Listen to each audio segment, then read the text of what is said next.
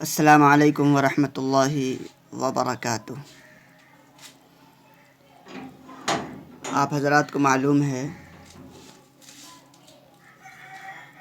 کہ یہ درخشاں class 10th کی تیاری چل رہی ہے۔ درخشاں ایک کتاب ہے، 2 ویڈیو ہم بنا چکے ہیں، پارٹ 1 اور پارٹ 2۔ اگر آپ نے وہ ویڈیو نہیں دیکھا ہے تو دیکھ لیں۔ آج جو یہ ویڈیو بن رہا ہے یہ پارٹ 3 ہے۔ آج کا موضوع ہے حمد خدائے عز و جل۔ آج ہم ان اشعار کو سمجھانے کی کوشش کریں گے۔ سمجھانے کا انداز یہ نہیں ہوگا کہ ہم اپنی طرف سے الفاظ تعبیرات استعمال کریں، بلکہ کتاب میں جو الفاظ لکھے ہوئے ہیں، شعری جو انداز ہے، اس کو ہم نثری انداز میں پیش کرنے کی کوشش کریں گے۔ الگ سے بہت سارے جملے لا کر سمجھانے کی کوشش نہیں کی جائے گی، جس کا فائدہ یہ ہوگا کہ ہمیں خود سے تشریح کرنے کی ضرورت پڑے تو ہم خود کر سکیں، اور بہت سارے الفاظ کے چکر میں پڑنے سے جو بنیادی مفہوم اور تعبیر، جو بنیادی سمجھ ہونی چاہیے وہ بھی ختم ہو جاتی ہے۔ اس لیے ہم الفاظ زیادہ سے زیادہ استعمال نہ کر کے، بلکہ جو الفاظ یہاں موجود ہیں اشعار کے اندر، انہی کو آگے پیچھے کر کے نثری انداز میں پیش کریں گے، تاکہ مفہوم واضح طور پر سامنے آ جائے۔ شروع کرتے ہیں۔ حمد خدائے عز و جل، اللہ تعالیٰ کی تعریف۔ خالق دو جہاں ہے تو، خالق دو جہاں ہے تو، عزت ذوالجلال ہے۔ قلم کہاں گیا؟ خالق دو جہاں ہے تو، عزت ذوالجلال ہے۔ اب اگر کوئی کہے کہ اس کا کیا مفہوم ہے، تو الگ سے الفاظ لانے کی ضرورت نہیں ہے، بلکہ ہم جو شعری انداز ہے اس کو ہم نثری انداز میں بدل دیں تو خود بخود مفہوم سامنے آ جائے گا۔ خالق دو جہاں ہے تو، عزت ذوالجلال ہے۔ اب نثری انداز اللہ تبارک و تعالیٰ کی یہاں پر 2 صفت بیان ہوئی، خالق اور عزت ذوالجلال۔ تو صفت بعد میں آتی ہے، تو صفت کو ہم بعد میں کر دیں۔ کیا کریں؟ تو خالق دو جہاں ہے، تو عزت ذوالجلال ہے۔ تو خالق دو جہاں ہے، تو کو شروع میں لائیں، تو کو شروع میں، تو اس کے بعد خالق دو جہاں ہے، تو عزت ذوالجلال ہے۔ بات سمجھ میں آ رہی ہے؟ یکتا ہے تیری ذات پاک، عالی و بے مثال ہے۔ مطلب کیا؟ مطلب یہ ہے کہ تیری ذات پاک، تیری ذات پاک کیا ہے؟ یکتا ہے، اور کیا ہے؟ عالی و بے مثال ہے۔ یہ اللہ تبارک و تعالیٰ کی صفات کا تذکرہ چل رہا ہے۔ تو خالق دو جہاں ہے، تو عزت ذوالجلال ہے، تو یکتا ہے، تیری ذات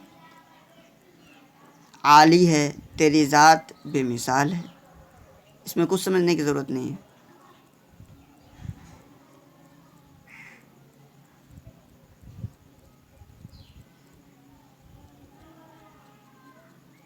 مٹ جا مٹ جا مٹ جا۔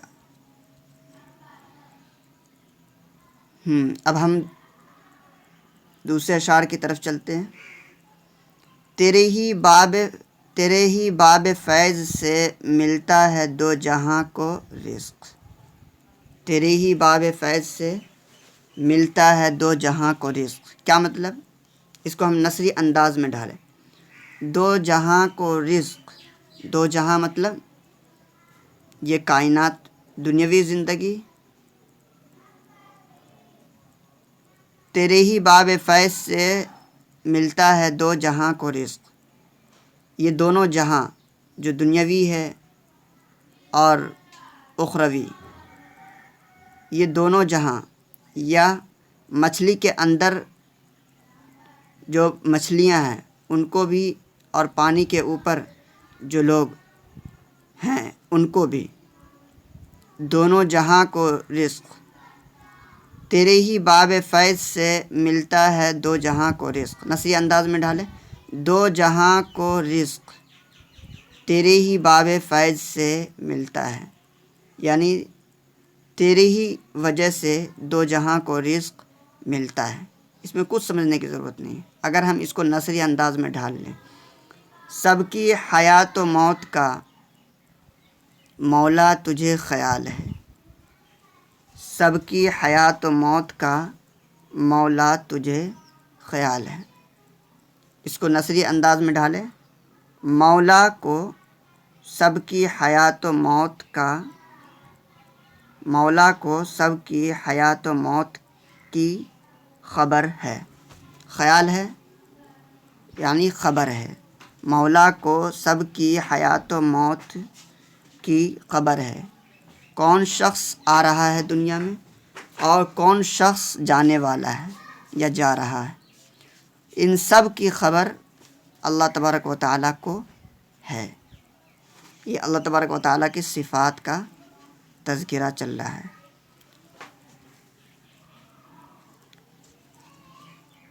قدرت خاص کا تیری عکس ہے بزم کائنات، قدرت خاص کا تیری عکس ہے بزم کائنات، یہ شعری انداز ہے۔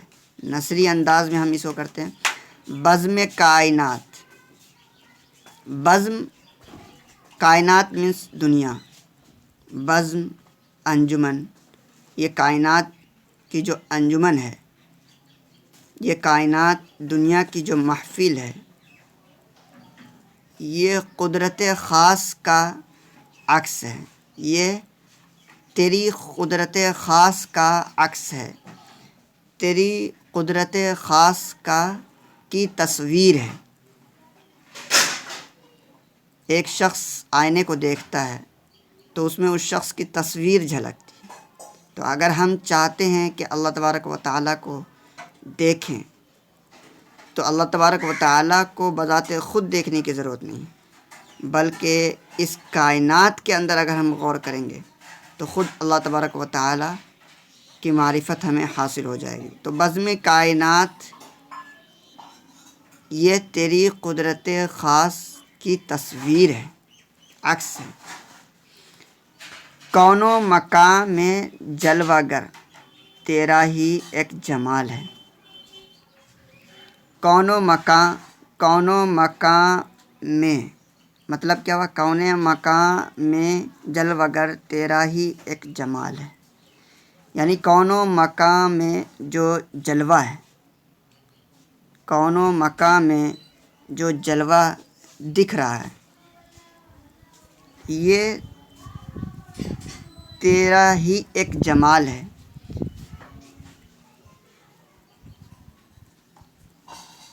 کون و مکان میں جلوہ گر، جو خوبصورتی دکھ رہی ہے، یہ خوبصورتی دراصل تیری ہی خوبصورتی ہے، تیرا ہی ایک جمال ہے۔ یہ آپ کا، یہ تیرا ہی ایک نظر جمال ہے، جو یہ کون و مکان کے اندر، دنیا کے اندر جو جلوہ دکھ رہا ہے، یہ تیرا ہی ایک جمال ہے۔ اللہ تبارک و تعالیٰ کی خوبصورتی اگر دیکھنی ہو تو یہ الگ سے کسی خوبصورت چیز کو دیکھنے کی ضرورت نہیں، بلکہ کون و مکان کے اندر جو خوبصورتی نظر آ رہی یہ دراصل اللہ ہی کی خوبصورتی کا عکس ہے۔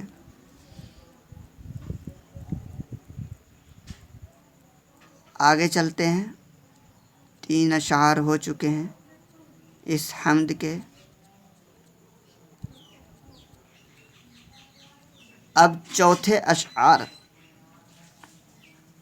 کی طرف ہم چلتے ہیں۔ قائم ہے تیرے حکم سے آج بھی نظم زندگی، یہ شعری انداز ہے۔ قائم ہے تیرے حکم سے آج بھی نظم زندگی، نظم زندگی، زندگی کی ترتیب، نظم زندگی، زندگی کی ترتیب، زندگی کی ترتیب، نظم زندگی تیرے حکم سے آج بھی قائم ہے۔ نثری انداز میں اگر ہم اسے کر لیں تو الگ سے مفہوم بتانے کی ضرورت نہیں ہے۔ نظم زندگی یعنی ترتیب زندگی تیرے حکم سے آج بھی قائم ہے۔ آگے چلتے ہیں۔ تیرے سوا کہیں ملے تو یہ زندگی محال ہے، تیرے سوا کہیں ملے تو یہ زندگی محال ہے۔ تیرے سوا کہیں ملے، کیا ملے؟ یعنی نظم زندگی، نظم زندگی تیرے سوا کہیں ملے، تیرے سوا کہیں ملے تو یہ زندگی محال ہے۔ یعنی یہ جو نظم زندگی، زندگی کی جو ترتیب ہے، سورج کا وقت پہ نکلنا، وقت پر ڈوبنا، بارش کا ہونا، پیڑ پودوں کا ہونا، یہ جو ایک ترتیب ہے، انسان کا پہلے بچہ ہونا، پھر جوان ہونا، پھر بوڑھا ہونا، جو یہ ترتیب ہے، اگر کوئی شخص یہ تیرے سوا، اللہ کے سوا اگر کوئی شخص اس کا تصور کرے تو ایسی ترتیب وار زندگی کا تصور محال ہے۔ تیرے سوا کہیں ملے تو یہ زندگی محال ہے۔ اس زندگی کا تصور اگر کوئی شخص اللہ کے بغیر کرتا اور یہ کہتا ہے کہ یہ زندگی جو چل رہی ہے یہ نیچر کی وجہ سے چل رہی ہے، خود بخود چل رہی ہے، تو یہ اگر کوئی شخص کہتا ہے تو یہ کہنا اس کا غلط ہوگا، کیونکہ اس ترتیب وار زندگی کا تصور اللہ کے سوا محال ہے۔ تیرے سوا کہیں ملے تو یہ زندگی محال ہے۔ آگے چلتے ہیں 5ویں اشعار کی طرف۔ صاحب عقل و فہم کو ناز ہے تیری ذات پر، صاحب عقل و فہم کو، صاحب مطلب صاحب، والا، عقل معنی عقل، فہم مطلب سمجھ، تو عقل و فہم والے کو، عقل و فہم والے کو، جس کے پاس عقل ہے اور جس کے پاس سمجھداری ہے تو اسے کہتے ہیں صاحب عقل و فہم۔ تو صاحب عقل و فہم کو ناز ہے یعنی فخر ہے تیری ذات پر۔ اب اسے ہم نثری انداز میں کر لیں تو اس کا مفہوم خود بخود سمجھ میں آ جائے گا۔ تیری ذات پر، تیری ذات پر صاحب عقل و فہم کو ناز ہے، فخر ہے۔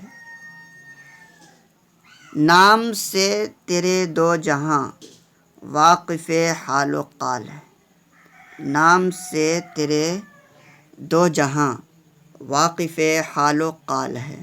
دو جہاں مس دو جہاں، دنیاوی زندگی، اخروی زندگی، دو جہاں، واقف حال و قال، واقف مطلب باخبر، واقف مطلب باخبر، پتہ ہونا، حال و قال کیفیت، میں تیرے حال و قال سے واقف ہوں، مطلب تمہارے چال چلن، ڈھنگ، زندگی گزارنے کے طریقے، جو کیفیت ہے ہم اس سے واقف ہیں، باخبر ہیں، ہمیں معلوم ہے تمہاری کیا عادت ہے۔ نام سے تیرے دو جہاں، نام سے تیرے دو جہاں واقف حال و قال ہے۔ اسے نثری انداز میں اگر ہم کریں تو کیا ہوگا؟ تیرے نام سے، تیرے نام سے دو جہاں باخبر ہے، تیرے نام سے دو جہاں واقف حال و قال ہے۔ صاحب عقل و فہم کو ناز ہے تیری ذات پر، نام سے تیرے دو جہاں واقف حال و قال ہے۔ مطلب یہ ہے کہ تیرے نام سے ہر کوئی واقف ہے، ہر کوئی مطلب ہر صاحب عقل اور فہم والے، جن کے پاس عقل ہے، جن کے پاس فہم ہے، سمجھداری ہے، تو یہ دو جہاں کے اندر جو بھی صاحب عقل و فہم رکھتے ہیں یا عقل و فہم رکھتے ہیں یا صاحب عقل و فہم ہیں، وہ تیرے نام سے واقف ہیں، خواہ وہ اس جہاں کے اندر ہو یا دوسرے جہاں کے اندر ہو۔ وہ اگر وہ عقل رکھتے ہیں تو وہ تجھے جانتے ہیں، وہ تیرے نام سے واقف ہیں۔ ہاں، جو عقل نہیں رکھتے، جو سمجھداری نہیں رکھتے، وہ تیرے نام سے واقف نہیں۔ نام سے تیرے دو جہاں واقف حال و قال ہے۔ آگے چلتے ہیں۔ لاکھ برس اگر کوئی حمد و ثنا تیری کرے، لاکھ برس اگر کوئی حمد و ثنا تیری کرے، یہ ہے شعری انداز۔ اگر ہم اس کو نثری انداز میں کریں تو اس کا مفہوم خود بخود سمجھ میں آ جائے گا۔ لاکھ برس تیری کرے اگر کوئی حمد و ثنا، اگر کوئی، سب سے پہلے ہم کیا رکھیں؟ اگر کوئی حمد و ثنا، اگر کوئی تیری حمد و ثنا لاکھ برس کرے، اگر کوئی، سب سے پہلے کیا رکھیں گے؟ اگر کوئی حمد و ثنا، اگر کوئی تیری حمد و ثنا لاکھ برس کرے، ہاں یہ ترتیب، اگر کوئی تیری حمد و ثنا لاکھ برس کرے، یہ ہے نثری انداز۔ ہو سکے حق ادا تیرا ممکن نہیں محال ہے، ہو سکے حق ادا تیرا ممکن نہیں محال ہے۔ نثری انداز کیا ہوگا اس کا؟ ہو سکے حق ادا تیرا ممکن نہیں محال ہے، تیرا حق ادا ہونا، تیرا، سب سے پہلے کیا آئے گا؟ تیرا، تیرا حق ادا ہونا ممکن نہیں محال ہے۔ مطلب کیا ہے؟ یعنی حمد اللہ تبارک و تعالیٰ کی جو نعمت ہمارے اوپر ہے، یا اس دنیا کے اندر جو جلوہ دکھ رہا ہے، جو نعمتیں دکھ رہی ہیں، اس کی وجہ سے اگر ہم اللہ تبارک و تعالیٰ کی تعریف کرنا چاہیں، اللہ تبارک و تعالیٰ کی تعریف کریں، پوری زندگی کریں، ایک زندگی چلی جائے، دوبارہ زندہ کیا جائے، پھر کریں، پھر پوری زندگی تعریف میں لگا دیں، پھر اللہ تبارک و تعالیٰ ہمیں زندگی دے، اور پھر ہم پوری زندگی اللہ تبارک و تعالیٰ کی تعریف میں صرف کر دیں، پھر بھی ہم اللہ تبارک و تعالیٰ کا حق ادا نہیں کر سکتے۔ اللہ تبارک و تعالیٰ کی تعریف کا حق ادا نہیں کر سکتے۔ لاکھ برس اگر کوئی حمد و ثنا تیری کرے، ہو سکے حق ادا تیرا ممکن نہیں محال ہے۔ اگر کوئی تیری حمد و ثنا لاکھ برس کرے، تیرا حق ادا ہونا ممکن نہیں محال ہے۔ آگے چلتے ہیں۔ ظلمت دہر میں ہمیں نور سحر کی ہے تلاش، ظلمت دہر میں ہمیں نور سحر کی ہے تلاش۔ ظلمت میں ظلمت تاریکی، دہر میں زمانہ، ظلمت دہر، دہر میں زمانہ، ظلمت دہر میں ہمیں، دہر یہ دنیا بھی ہے، ظلمت دہر میں ہمیں نور سحر کی ہے تلاش۔ نور سحر، نور مینس نور روشنی، سحر مینس صبح۔ ہم لوگ رمضان میں جو سحری کرتے ہیں وہی سحر، یعنی صبح کی جو روشنی ہے، نور سحر۔ صبح کے وقت کو سحر کہتے ہیں۔ نور سحر کی ہے تلاش، ظلمت دہر میں ہمیں نور سحر کی ہے تلاش۔ اسے ہم نثری انداز میں کرنے کی کوشش کرتے ہیں۔ ظلمت دہر میں ہمیں نور سحر کی ہے تلاش، یہ تو نثری انداز ہی لگ رہا ہے۔ ظلمت دہر میں ہمیں نور سحر کی ہے تلاش، ہمیں نور سحر کی ظلمت دہر میں تلاش ہے۔ کیا نثری انداز ہوگا؟ ہمیں نور سحر کی ظلمت دہر میں تلاش ہے۔ یعنی دوسرا جملہ اگر ہم اسی انداز میں کہیں، ہمیں سمندر میں مچھلی کی تلاش ہے۔ اسی طرح کا جملہ یہاں، ہمیں ظلمت دہر میں، یعنی یہ تاریک دنیا میں، اس تاریک دنیا میں، یہ دنیا جو تاریک ہے، چاروں طرف سے برائیاں ہیں، مختلف نظریے ہیں، تاریک نظریے ہیں، ان نظریوں میں ہمیں ایک ایسے نظریے کی تلاش ہے جو روشن ہے۔ اس برے ماحول میں ہمیں ایک ایسے سماج کی تلاش ہے جو اچھا ہے، پاک ہے، اسی کو نور سحر سے تعبیر کیا جا رہا ہے۔ ظلمت دہر میں ہمیں نور سحر کی ہے تلاش، ہمیں نور سحر کی، ہمیں ظلمت دہر میں نور سحر کی تلاش ہے۔ آگے دیکھتے ہیں۔ لطف و کرم کی ایک نظر، مولا یہ عرض حال ہے۔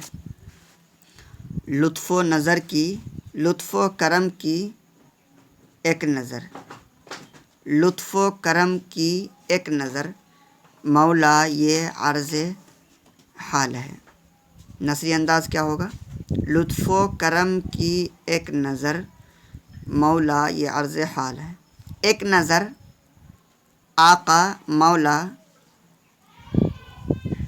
ایک نظر، لطف و کرم کی ایک نظر کی گزارش ہے۔ مولا لطف و کرم کی ایک نظر کی خواہش ہے، کی گزارش ہے۔ یعنی شاعر یہ کہہ رہا ہے کہ ہمیں اس دنیا میں، اس تاریک دنیا میں نور سحر کی تلاش ہے، لیکن یہ روشنی کی تلاش ہے۔ لیکن یہ روشنی ہمیں کب ملے گی؟ روشنی ہمیں اس وقت ملے گی جب آپ کا لطف و کرم، عنایت، آپ کی توجہ، آپ کی نظر میرے اوپر پڑے گی۔ اگر آپ کی نظر میرے اوپر پڑے گی تو نظر پڑنے کی وجہ سے یہ نور سحر مل سکتا ہے.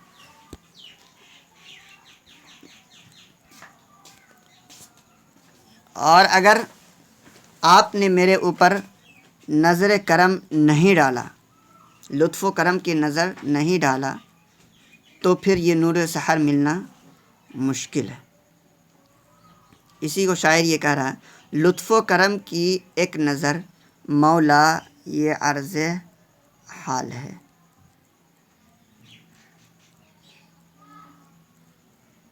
تو ایک نظر آپ، لطف و کرم کی ایک نظر کی گزارش ہے آپ سے مولا.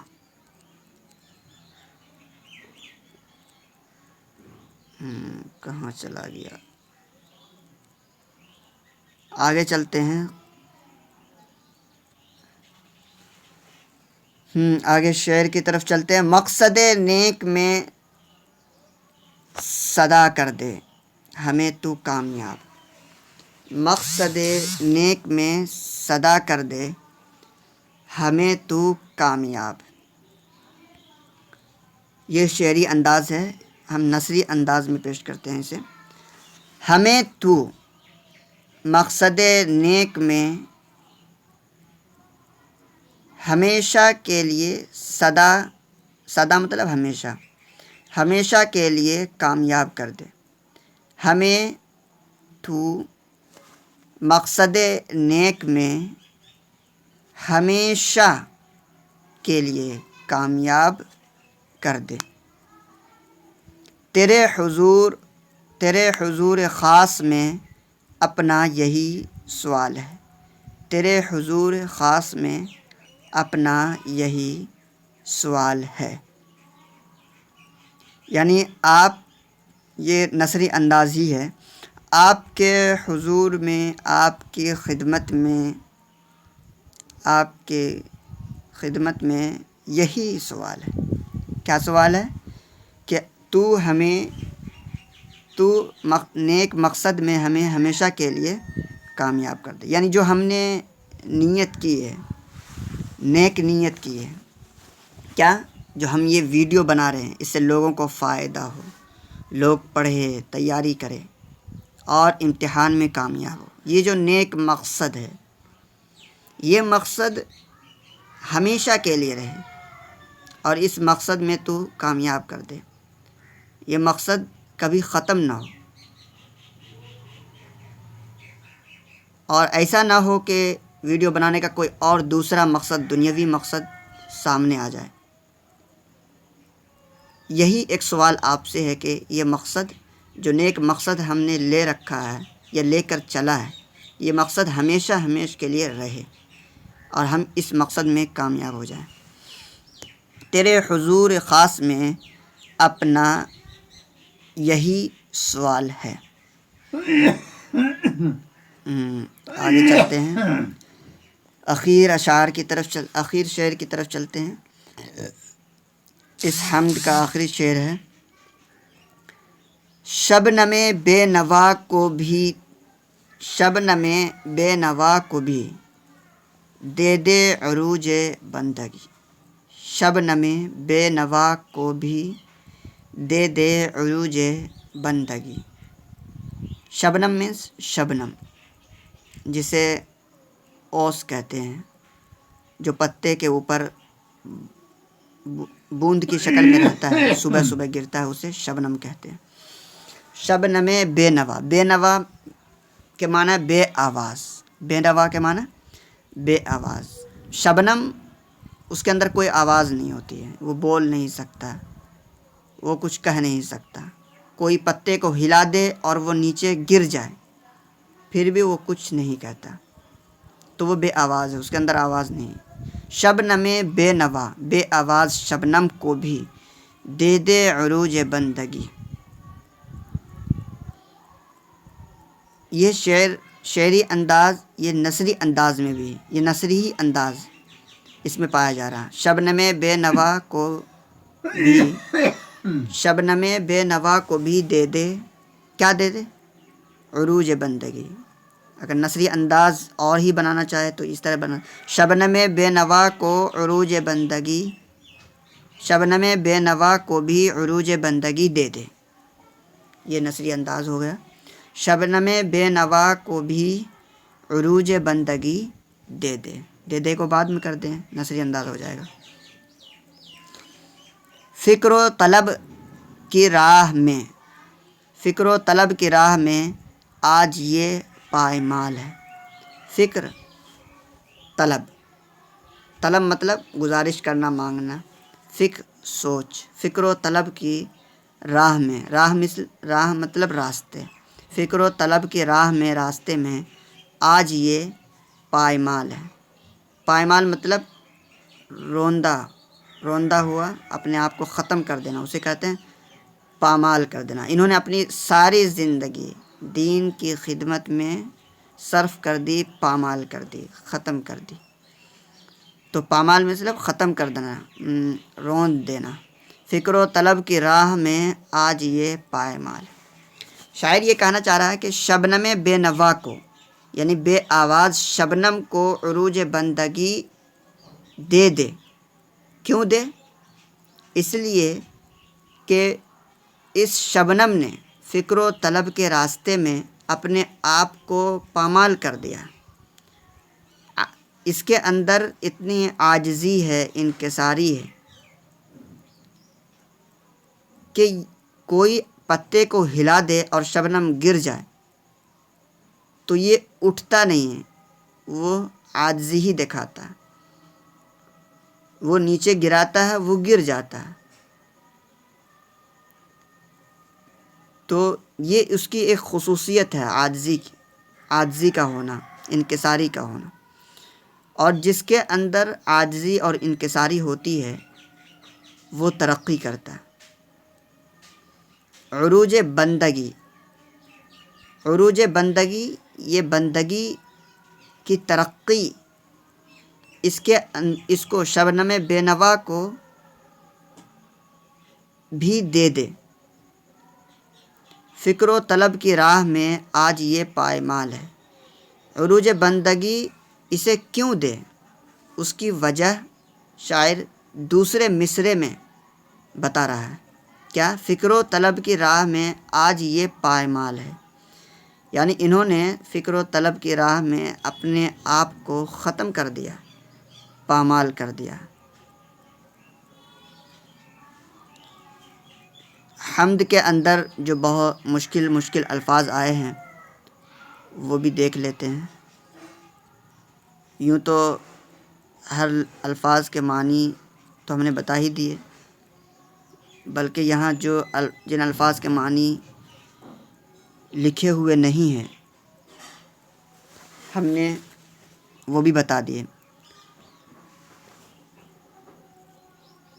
لیکن پھر بھی اسے بھی دیکھ لیتے ہیں چونکہ کتاب کے اندر یہ موجود ہے۔ لفظ و معنی، لفظ و معنی، بلکہ یہاں یہ ہونا چاہیے الفاظ و معنی۔ کیا ہونا چاہیے؟ یہ لفظ اور معنی لکھا ہوا ہے، یہاں کیا ہونا چاہیے؟ الفاظ، لفظ کی جمع الفاظ، یہ ہونا چاہیے الفاظ، اور معانی، یہ ہے معانی۔ کیوں ہونا چاہیے؟ اس لیے کہ لفظ ایک لفظ کو کہتے ہیں، لفظ یہ واحد ہے، سنگولر ہے لفظ، معنی یہ بھی سنگولر ہے، واحد ہے، اور الفاظ یہ پلورل ہے، جمع ہے، معانی یہ جمع ہے۔ تو یہاں پر ایک لفظ نہیں ہے بلکہ کئی سارے الفاظ یہاں دیے گئے ہیں اوپر سے نیچے، اور معانی بھی کئی سارے ہیں۔ تو اس لحاظ سے یہاں پر الفاظ اور معانی ہونا چاہیے۔ چلیے، تو الفاظ اور معانی بھی ہم دیکھ لیتے ہیں۔ حمد، حمد کا معنی خدا کی تعریف، عز و جل عزت اور بڑائی والا، عز و جل عزت اور بڑائی والا، زوم کرتے ہیں، عزت اور بڑائی والا، ذوالجلال مرتبے والا، عظمت والا، خالق پیدا کرنے والا، خالق پیدا کرنے والا یعنی اسم فاعل ہے، خالق کیا ہے؟ اسم فاعل ہے، پیدا کرنے والا، نظم کے معنی انتظام، بندوبست، یکتا اکیلا، لا شریک، ثنا کے معنی تعریف، محال کے معنی ناممکن، حال و قال کیفیت، ظلمت اندھیرا، دہر دنیا، زمانہ بھی، اس کے معنی زمانہ دنیا بھی، عروج کے معنی ترقی، فکر کے معنی خیال، بے نوا کے معنی خاموش، خاموش کیوں؟ اس لیے کہ بے آواز، بے نوا میں بے آواز، ایسی بات بے آواز جس کے اندر آواز نہ ہو وہ کیا ہوتا ہے؟ خاموش رہتا ہے۔ اب ہم اسے بھی ایک مرتبہ پڑھ لیتے ہیں۔ حمد کے ان اشعار میں خدا کی بارگاہ میں عقیدت اور محبت کا اظہار کیا گیا۔ ٹائم زیادہ ہو رہا ہے لیکن پھر بھی جلدی سے پڑھتے ہیں۔ حمد کے ان اشعار میں خدا کی بارگاہ میں عقیدت اور محبت کا اظہار کیا گیا ہے۔